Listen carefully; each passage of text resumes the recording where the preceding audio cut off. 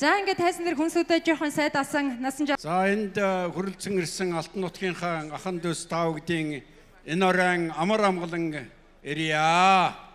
Үнэхээр сайхан байна. Энэ одоо мянган хүн энд цуглаад төрлөх нутаг уул усны деважин усынхаа 100 жилийг хэрхэн яаж тэмдэглэх вэ? Яаж энэ одоо ойгоор бид ус нутаг Монгол улсынхаа дотроос бас баруун хязгаар маань ямар онцлог, ямар одоо гайхалтай байгальтай, ямар сайхан хөдөлмөрч ард түмэн бэ, ямар сайхан одоо бүтээн байгуулалт хийгээвэ гэдэг юмыг үзүүлэхийн тулд л одоо хамтдаа хүчээ нэгтгэе гэж одоо биднийг урьж энд одоо оролцуулсан байхаа гэж ингэж бодож байна. Бид бас чадах байхаа, болох байхаа гэсэн ийм одоо бэлэгтэй яриалын үгийг хэлье.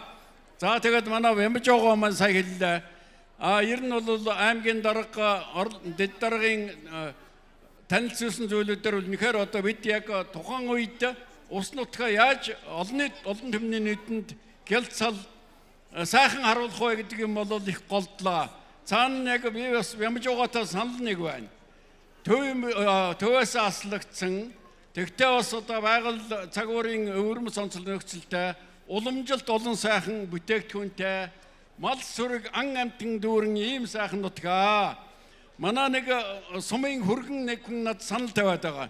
Энэ Усан аймгийг одоо ухаанда юута ойрд одоо ястан үндэстнүүдийн Туваатай холбох юмсан, Халимагтай холбох юмсан, Бурятай холбох юмсан. За тэгээд бас Хөхөттэй холбох юмсан одоо Өвөр Монголтой. Энэ талаар ажиллая гэд над дээр нэг санал тавиад ирсэн.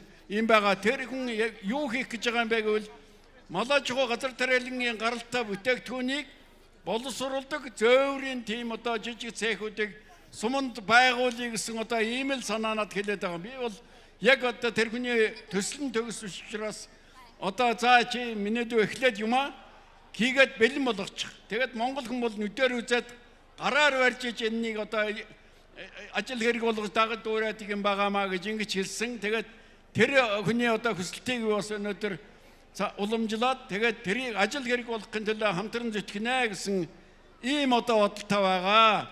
Өнгөрсөн жил манай Өхмөрөн сум 100 жилийн ойгоо тэмдэглэсэн. За манай Өхмөрөн сумаас одоо ингээд энэ засгийн газарт бас нэг 3 сайд байгаа юм байна. Одоо энэ сайдууд маань бас нэлээд зүтгэж ажиллах байх. Амар сайхан Бат Эрдэнэ одоо иргээд ингээд энэ улсууд маань бас энэ аймгийнхаа одоо 100 жилийн ойн хөгжлийн төлөө нэлээд санаачлаг гаргаад санал гаргаад ажиллаж байгаа маань Бат Эрдэнэ сайд дараа нь бас нэг цуглаж уулзъя гэсэн юм санал тавилаа.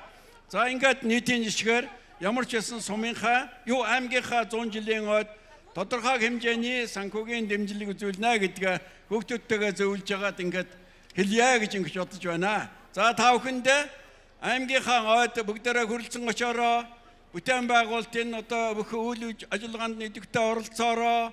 За тэгээд уул усны деважин Ус аймагтай 7 сард уулзцгаая гэж уриалъя. Бас тэгээд энэ могоожилдээ эрүүлэн саруул сайхан байж юу сансан 9 цагаан хүсэл нь биелж явахын яриолыг өргөн дэвшүүлье. Баярлалаа.